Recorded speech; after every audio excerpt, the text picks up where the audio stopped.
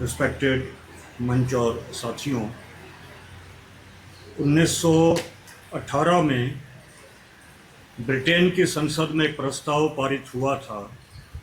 कि अब 30 साल से ऊपर की महिलाएं वोट दे सकती हैं। तो जिस समय ये प्रस्ताव पारित हुआ, ये कानून बना कि 30 साल से ऊपर की महिलाएं वोट दे सकती हैं, उस समय भारत का जो हम जनरलाइज नहीं कर रहे, लेकिन फिर भी जो आम ब्राह्मण था,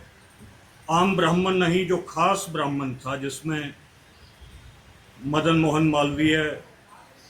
लोकमान्य तिलक, डॉक्टर हेडगेवार और सावरकर जैसे ख्यात लब्ध लोग शामिल थे, उनके कान खड़े हो गए। तो उन्होंने एक फार्मूला तैयार किया कि अगर मुस्लिम विरोध के नाम पर हिंदू वोटों को कंसोलिडेट किया जाए तो सत्ता केवल और केवल एक वर्ग के ही हाथ में आएगी। और इस फार्मूले के आधार पर ये इस्लामोफोबिया का जो पूरी थीसिस है वो तैयार की गई, और इसी आधार पर फिर आरएसएस बनी कि मुस्लिम विरोध के नाम पर हिंदू वोटों को कंसोलिडेट करेंगे तो सत्ता केवल एक ही जाति के हाथ में आएगी। 1925 में आरएसएस बनी, और इसकी जो एंटी थीसिस थी वो 1923 में बनी, जिसमें पंजाब में सर छोटू राम और मियां सर फजले हुसैन साहब ने लाहौर में नेशनल पंजाब यूनियनिस्ट पार्टी बनाई। और जब सर छोटू राम जी ने और मियां सर फजले हुसैन साहब ने लाहौर में यूनियनिस्ट पार्टी बनाई, तो लाला लाजपत राय सर छोटू राम के पास गए। उन्होंने कहा कि आप भी हिंदू हैं और मैं भी हिंदू हूं, तो आपको, चूंकि मैं हिंदू हूं, तो आपको मेरे साथ मिलके ये पॉलिटिकल पार्टी बनानी चाहिए थी। आपने एक मुसलमान के साथ ये पार्टी क्यों बनाई? तो सर छोटू राम ने कहा कि ये सही है कि मेरा और आपका मजहब एक है, लेकिन हमारा ईमान अलग अलग है। और ये बात भी सही है कि मियाँ सर फजले हुसैन साहब का और मेरा मजहब अलग अलग है, लेकिन हमारा ईमान एक है, और हम लोग ईमान पर खड़े होकर लड़ने वाले लोग हैं। आपने बात की जवाहरलाल नेहरू की और महात्मा गांधी की, कि पहले महात्मा गांधी को ख़त्म किया जाएगा और फिर जवाहरलाल नेहरू को ख़त्म किया जाएगा। ये ठीक है, लेकिन इससे पहले मियां सर फजले हुसैन साहब और सर छोटू राम जी को तो पूरे तरीके से जमींदोज किया जा चुका है, जो पंजाब के लिए लड़े। और पंजाब उस समय हिंदू, मुस्लिम, सिख, ईसाई की यूनिटी का एक मॉडल हुआ करता था, जिस मॉडल को पंजाब से निकलकर पूरे भारत में जाना था। लेकिन पूरे भारत में वो मॉडल जा पाए उससे पहले ही पंजाब को तोड़ दिया गया। जिसे मुझे माफ़ करना, जब तोड़ा गया तो उस दस्तावेज के ऊपर गांधी के भी हस्ताक्षर हुए और नेहरू के भी हस्ताक्षर हुए। आज तो जिहाद जो है वो केवल जो है रूह अफ़जा जिहाद भी शुरू हो गई है कि भाई रूह अफ़जा जो है उसको भी हम लोग जो है वो करें। अच्छा, इसमें दूसरा कॉरपोरेट भी जुड़ा हुआ है। अभी 10 साल पहले खाप पंचायतों को बड़ा मीडिया गालियां दिया करता था। उसकी वजह ये थी कि खाप पंचायतें एनसीआर में हैं, और एनसीआर में कॉरपोरेट को ज़मीन जो है वो हथियानी थी, इसलिए पहले बदनाम करो उन लोगों को जो रजिस्ट कर सकते हों, उन लोगों को जो प्रतिरोध कर सकते हों, उसके बाद जो है ज़मीन को कब्जाना आसान हो जाएगा। आज दिल्ली मुंबई कॉरिडोर बन रहा है, इंडस्ट्रियल कॉरिडोर, जिसकी वजह से जो मुस्लिम्स की ज़मीन है, खासकर मेवात इलाके की, अरावली श्रृंखला की, वो ज़मीन बहुत महंगी हो गई है। उस ज़मीन के ऊपर जो है जब कॉरपोरेट उस ज़मीन को छीनेगा तो उसके खिलाफ जो है वहाँ मेव मुसलमान खड़ा हो सकता है, जिसके बारे में सर छोटू राम जी कहा करते थे कि जाट का हिंदू क्या और मेव का मुसलमान क्या। तो वो लोग जो खड़े हो सकते हैं, ट्राइबल जो लोग खड़े हो सकते हैं अरावली श्रृंखला में कॉरपोरेट अगर ज़मीन हथियाता है उसके खिलाफ, इस वजह से करीबन 1.5-2 साल पहले हरियाणा के अंदर बीजेपी ने ये कोशिश की कि जो है मेवात में दंगा हो जाए। जिस दंगे को विफल कर दिया गया, जिसके पीछे किसान आंदोलन की एक बड़ी भूमिका थी, क्योंकि किसान आंदोलन में सभी जो है आपस में बैठे थे और आरएसएस की ट्रेनिंग तो एक हफ्ते की आईटीसी, फिर 21 दिन की ओटीसी, फिर इनकी नागपुर में 40-42 दिन की ट्रेनिंग होती है। लेकिन यहाँ गुरु नानक देव जी की कृपा सदके 1.5 साल तक जो है वो हमारी ट्रेनिंग हुई दिल्ली मोर्चे के ऊपर, जिसकी वजह से ये जो चाह रहे थे कि मुसलमानों के खिलाफ, मेवातियों के खिलाफ हरियाणा में दंगे करवाकर और फिर इनकी ज़मीनों को हथिया लिया जाए, तो उसके खिलाफ इनको प्रतिरोध हरियाणा में देखने को मिला। और जिस कौम को ये बदनाम कर रहे थे, खासकर जाट बिरादरी को, वही सबसे ज़्यादा आगे आकर अपने मुसलमान भाइयों के साथ खड़ी हुई। इसलिए हमें निवेदन मेरा ये है कि जो धाराएं हमें आज नज़र नहीं आ रही, जिस इतिहास को ज़मींदोज कर दिया गया, उस इतिहास को दोबारा से हमें जो है वो सामने लाना पड़ेगा, जिसमें मियाँ सर फजल हुसैन साहब का इतिहास हो, जिसमें सर सिकंदर हयात खान जो यूनियनिस्ट पार्टी से यूनाइटेड पंजाब के प्रीमियर बने थे 1937 में, चाहे lieutenant colonel sir Malik Khizar Hayat Khan Tiwana Sahab का इतिहास हो, चाहे सर छोटू राम जी का इतिहास हो। इस इतिहास को अगर हम लोग लेकर चलेंगे तो जो ज़मीन से जुड़ी हुई धाराएं हैं वो हमारे साथ जुड़ेंगी और हम लोग इन फासिस्ट सांप्रदायिक शक्तियों का मुकाबला कर सकते हैं। आप लोगों ने मुझे समय दिया, आपका बहुत बहुत धन्यवाद। इतने विद्वत जन जो है बैठे हुए हैं, उनके बीच मुझे बोलने का आपने मौका दिया। कोई बात गलती से कही गई हो, किसी के दिल को ठेस लगी हो, कोई बात सही न लगी हो, उसके लिए भी दास जो है वो माफ़ी चाहता है। रिस्पेक्टेड मंच और साथियों, 1918 में ब्रिटेन की संसद में एक प्रस्ताव पारित हुआ था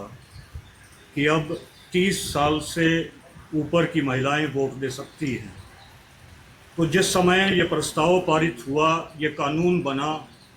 कि 30 साल से ऊपर की महिलाएं वोट दे सकती हैं, उस समय भारत का जो आम, हम जनरलाइज नहीं कर रहे, लेकिन फिर भी जो आम ब्राह्मण था, आम ब्राह्मण नहीं, जो खास ब्राह्मण था, जिसमें मदन मोहन मालवीय, लोकमान्य तिलक, डॉक्टर हेडगेवार और सावरकर जैसे ख्यात लब्ध लोग शामिल थे, उनके कान खड़े हो गए। तो उन्होंने एक फार्मूला तैयार किया कि अगर मुस्लिम विरोध के नाम पर हिंदू वोटों को कंसोलिडेट किया जाए तो सत्ता केवल और केवल एक वर्ग के ही हाथ में आएगी। और इस फार्मूले के आधार पर ये इस्लामोफोबिया का जो पूरी थीसिस है वो तैयार की गई, और इसी आधार पर फिर आरएसएस बनी कि मुस्लिम विरोध के नाम पर हिंदू वोटों को कंसोलिडेट करेंगे तो सत्ता केवल एक ही जाति के हाथ में आएगी। 1925 में आरएसएस बनी और इसकी जो एंटी थीसिस थी वो 1923 में बनी, जिसमें पंजाब में सर छोटू राम और मियाँ सर फजल हुसैन साहब ने लाहौर में नेशनल पंजाब यूनियनिस्ट पार्टी बनाई। और जब सर छोटू राम जी ने और मियाँ सर फजल हुसैन साहब ने लाहौर में यूनियनिस्ट पार्टी बनाई तो लाला लाजपत राय सर छोटू राम के पास गए। उन्होंने कहा कि आप भी हिंदू हैं और मैं भी हिंदू हूं, तो आपको, चूंकि मैं हिंदू हूं, तो आपको मेरे साथ मिलके ये पॉलिटिकल पार्टी बनानी चाहिए थी। आपने एक मुसलमान के साथ ये पार्टी क्यों बनाई?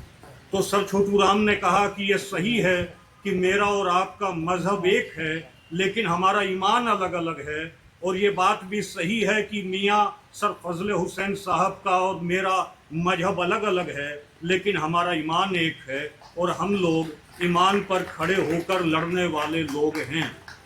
आपने बात की जवाहरलाल नेहरू की और महात्मा गांधी की कि पहले महात्मा गांधी को ख़त्म किया जाएगा और फिर जवाहरलाल नेहरू को ख़त्म किया जाएगा। ये ठीक है,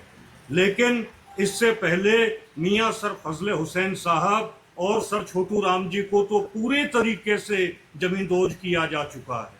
जो पंजाब के लिए लड़े, और पंजाब उस समय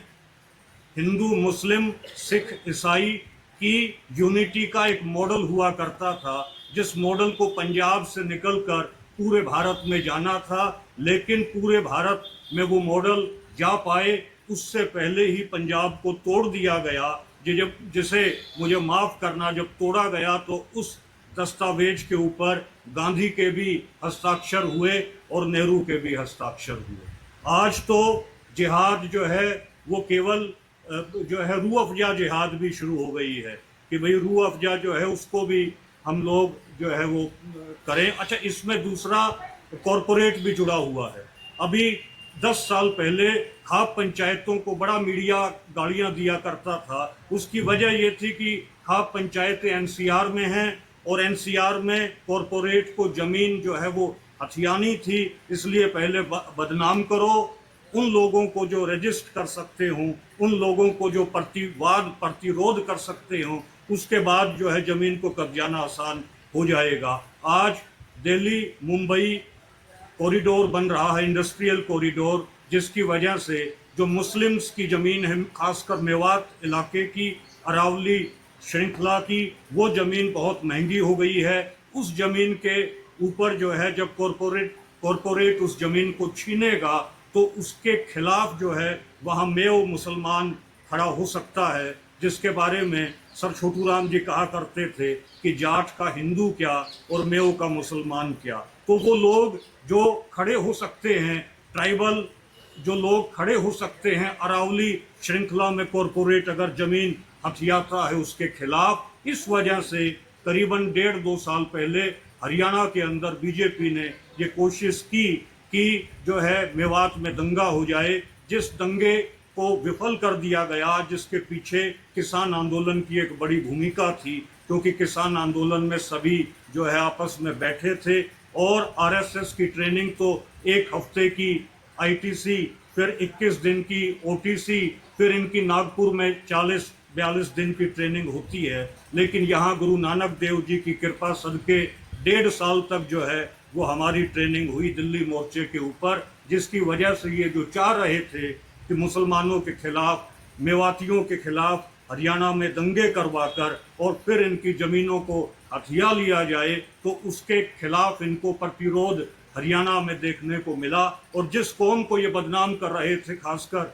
जाट बिरादरी को, वही सबसे ज़्यादा आगे आकर अपने मुसलमान भाइयों के साथ खड़ी हुई। इसलिए हमें निवेदन मेरा ये है कि जो धाराएं हमें आज नज़र नहीं आ रही, जिस इतिहास को ज़मींदोज कर दिया गया, उस इतिहास को दोबारा से हमें जो है वो सामने लाना पड़ेगा, जिसमें मियाँ सर फजले हुसैन साहब का इतिहास हो, जिसमें सर सिकंदर हयात खान जो यूनियनिस्ट पार्टी से यूनाइटेड पंजाब के प्रीमियर बने थे 1937 में, चाहे lieutenant colonel sir Malik Khizar Hayat Khan Tiwana Sahab का इतिहास हो, चाहे सर छोटू राम जी का इतिहास हो। इस इतिहास को अगर हम लोग लेकर चलेंगे तो जो ज़मीन से जुड़ी हुई धाराएं हैं वो हमारे साथ जुड़ेंगी और हम लोग इन फासिस्ट सांप्रदायिक शक्तियों का मुकाबला कर सकते हैं। आप लोगों ने मुझे समय दिया, आपका बहुत बहुत धन्यवाद। इतने विद्वत जन जो है